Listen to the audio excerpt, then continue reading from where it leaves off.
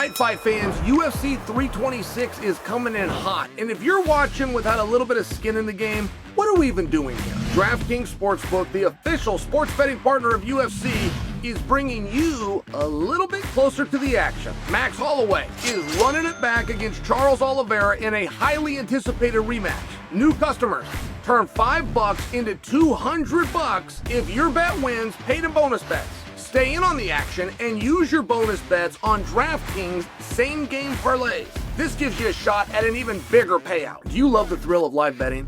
Because DraftKings has got you covered. Bet live on star player props and in-action fights right as they happen. If sports betting is not yet available in your state, don't worry. You can still join in on all the fun with DraftKings Daily Fantasy Sports and have a shot at cash prizes. Download the DraftKings Sportsbook app. Use the promo code Sonnen to turn $5 into $200 in bonus bets if your bet wins. In partnership with DraftKings, the crown is yours.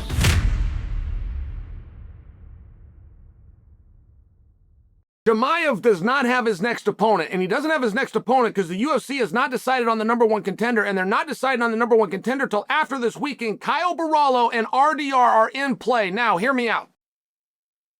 How did Imavov and Strickland, how did Imavov and Chimaev not get put together? Like, that is last year's news.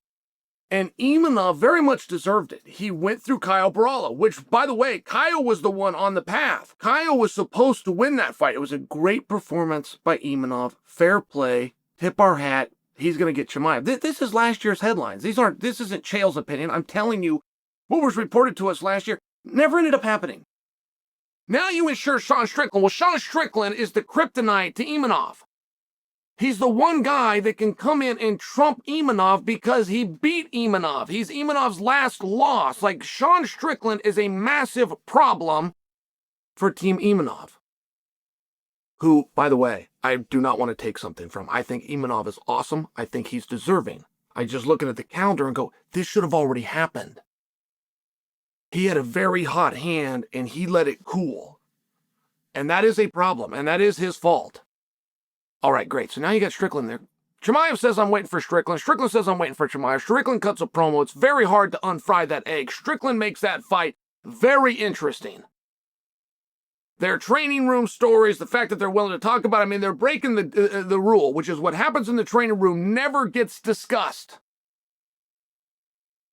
They discussed it. I mean, right? It's interesting. It didn't get booked either.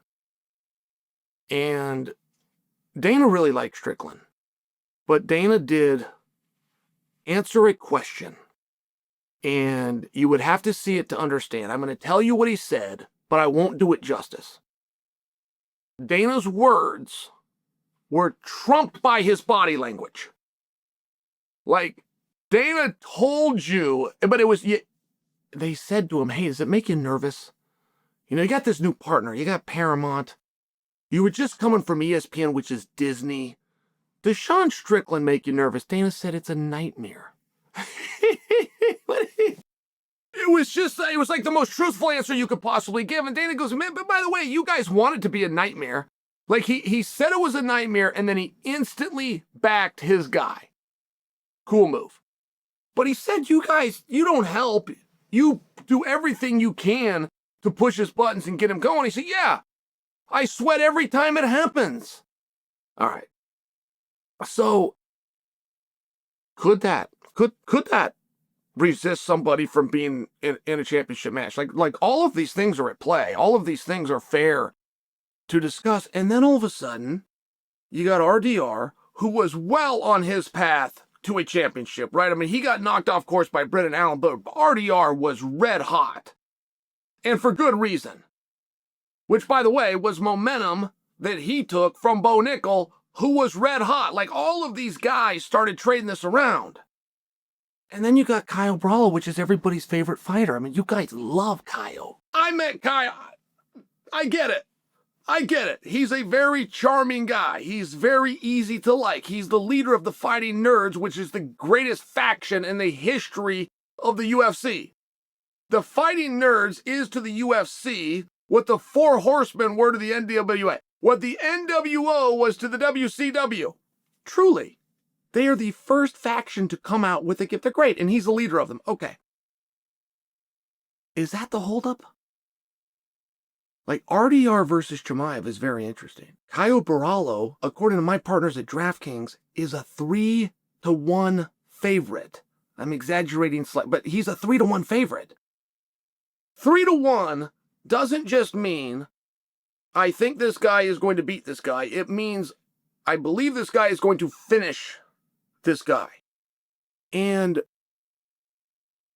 to think that RDR is going to get finished, I mean, look, you're going to have bad nights. And you're going to have adrenaline dumps, and you're going to have things that you learn, and you're going to have guys that you overlook, and you're going to have a different approach, and it's kind of part of the learning process. One thing about it with top guys is they don't usually have two of them, right? I'll use the greatest fighter ever in George St. Pierre. He lost to Matt Hughes, but he lost to Matt Hughes because he thought he was supposed to lose to Matt Hughes. I mean, he was dominating the fight. It's just like he couldn't accept his own greatness and found a way. He just found a way to lose the fight. You bring him in the back. You go, "Do you understand how good you are now?" He's like, "Yeah, I do. Let me try that again." And and then he goes on a run. I only suggest that might be what happened to RDR. I don't know enough about RDR, but neither do you. I do know that he's nasty. I know that he's nasty on the ground. I know he was nasty over at one championship when he had 2 belts simultaneously, was the only guy to ever do it. I know he was nasty when he got into the UFC, and I watched him in person for the first time against Kevin Holland. I know he was nasty the night that he walked through fire and dealt with Bo Nickel, who was the media darling. 3-1? I think he's a 3-1 underdog. And what would that mean, by the way? What would it mean for you? Like, just kind of picture your mind. Because it's an incredible spot. It's a great spot for Caio, because you guys all love him. But what a chance for RDR. Like, that's going to be more of a wow moment. If RDR goes out and he has a good night, if he finds a way, how high is that going to move him? His style juxtaposed with Chimaev's style, juxtaposed with Strickland's style, juxtaposed with Imanov's style, right? Like, there's a reason that Chimaev's next partner isn't named. I submit for you, it's because RDR and Caio are at play. And that's one that I don't think you saw coming. It's one that I think a lot of people missed. I'm telling you. I'm not asking you. I'm revealing information to you. Chimaev's next opponent is not decided, and it will not be decided until after this weekend. Caio and RDR, winner, will go head-to-head in the war room against Imanov and Strickland. Mark my words.